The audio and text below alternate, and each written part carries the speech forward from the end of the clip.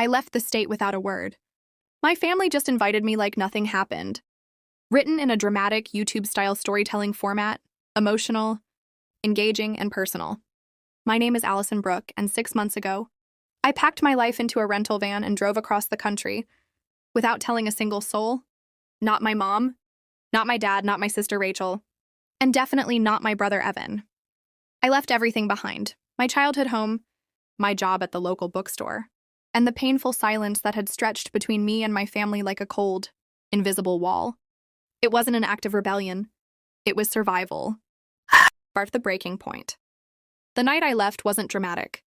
There was no screaming, no slammed doors, no ultimatums. Just silence, again. I'd sat alone at another family dinner, listening to everyone talk over me like I didn't exist, about Evan's engagement party, about Rachel's new interior design business, about Dad's new car. No one asked how I was. No one remembered it was the anniversary of the miscarriage I'd had a year earlier, and why would they? To them, I was the sensitive one, the one who always makes things about herself, the one who can't move on. I washed the dishes after dinner, kissed Mom on the cheek like always, and went home. That night, I booked a moving van. By morning, I was gone. I didn't go far at first, just a few states away to Portland. I found a small apartment above a flower shop. The owner, Carmen, let me work part-time arranging bouquets. It was quiet, slow, and healing.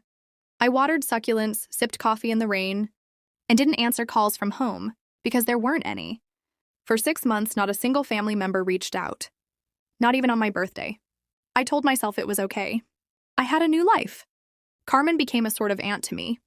I made friends with Hannah from the coffee shop downstairs, and Luca, who played violin outside the bookstore. For once, I was seen. Then, one Tuesday morning, while checking the mailbox, I saw the cream-colored envelope. It was addressed in Rachel's perfect cursive. Allison Brooke. No, we miss you. No, where have you been? Inside was an invitation to Evan's wedding. Just like that. Like I hadn't vanished. Like they hadn't noticed. Would love to see you there, Rachel wrote in a sticky note inside. No mention of my absence. No apology, just expectation. The spiral. I stared at the invite for days. Every part of me screamed to ignore it. After all, they hadn't called when I left. They hadn't texted. They hadn't cared. But something about that note, it hurt. Not because it was cold, but because it was familiar. This is how my family works. Pretend nothing happened. Push everything under the rug. Smile for the photos.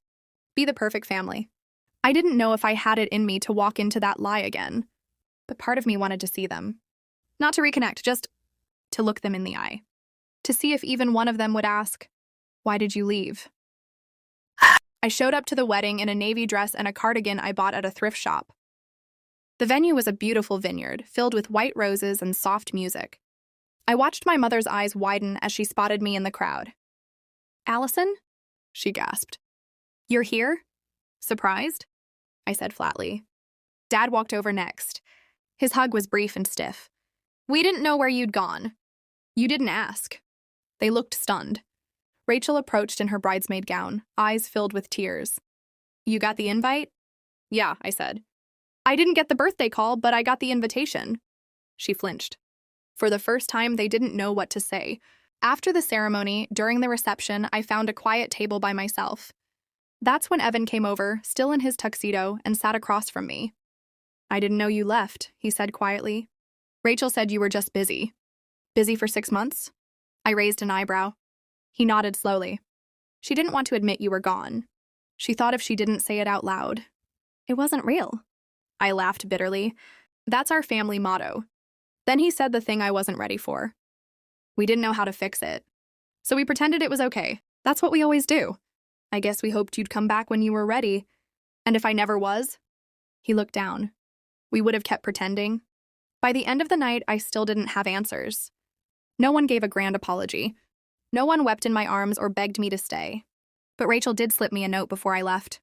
"You were never invisible. We just didn't know how much we hurt you. Please don't disappear again." I don't know what comes next. I haven't decided if I'll move back or if I'll keep my life in Portland. But one thing's for sure, I won't be silent again. I left the state without a word.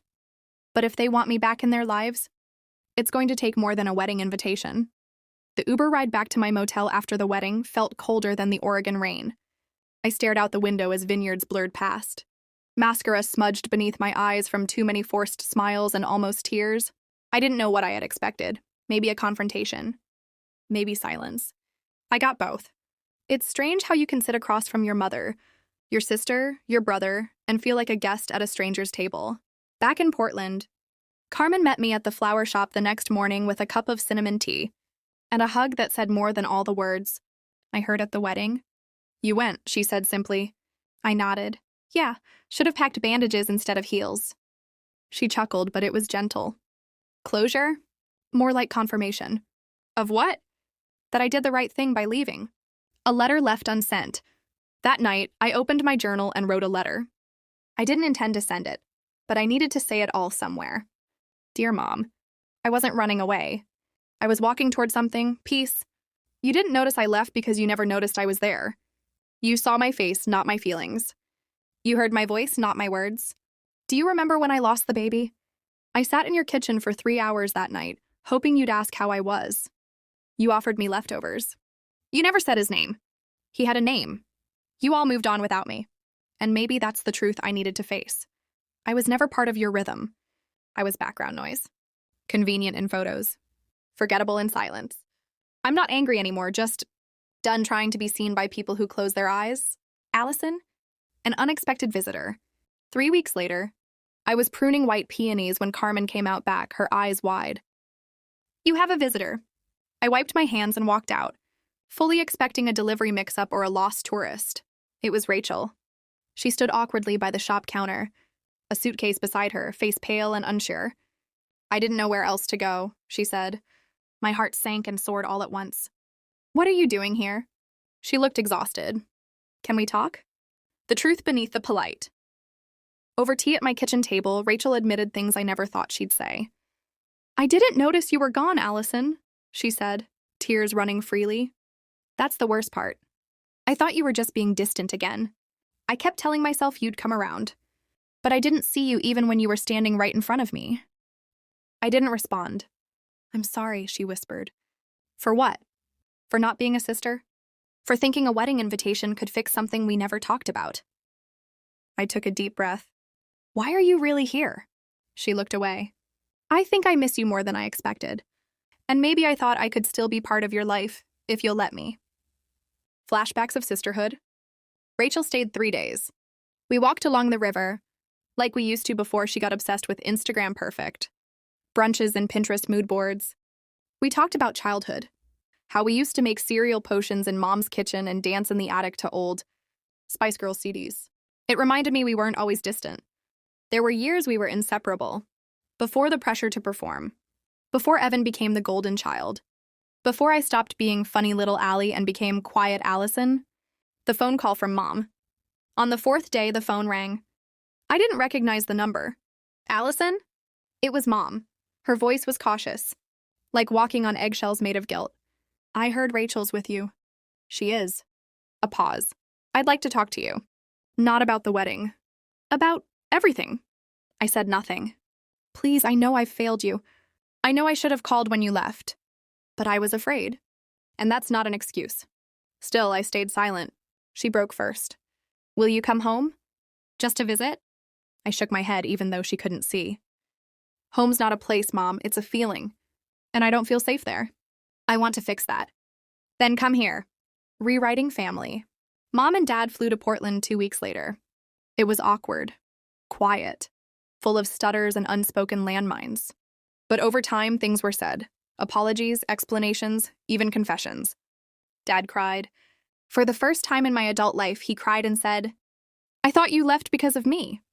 Because I didn't protect you after the miscarriage. I didn't know how. I didn't either, I whispered. Final scene, a new invite. A month after their visit, I got another envelope. But this time it wasn't for a wedding. It was an invitation to a family weekend. Not a vacation, not an event. Just time together, hosted in Portland. We want to meet your world, the card read. We want to know you. I smiled. Not because it fixed everything, but because finally they weren't pretending nothing happened.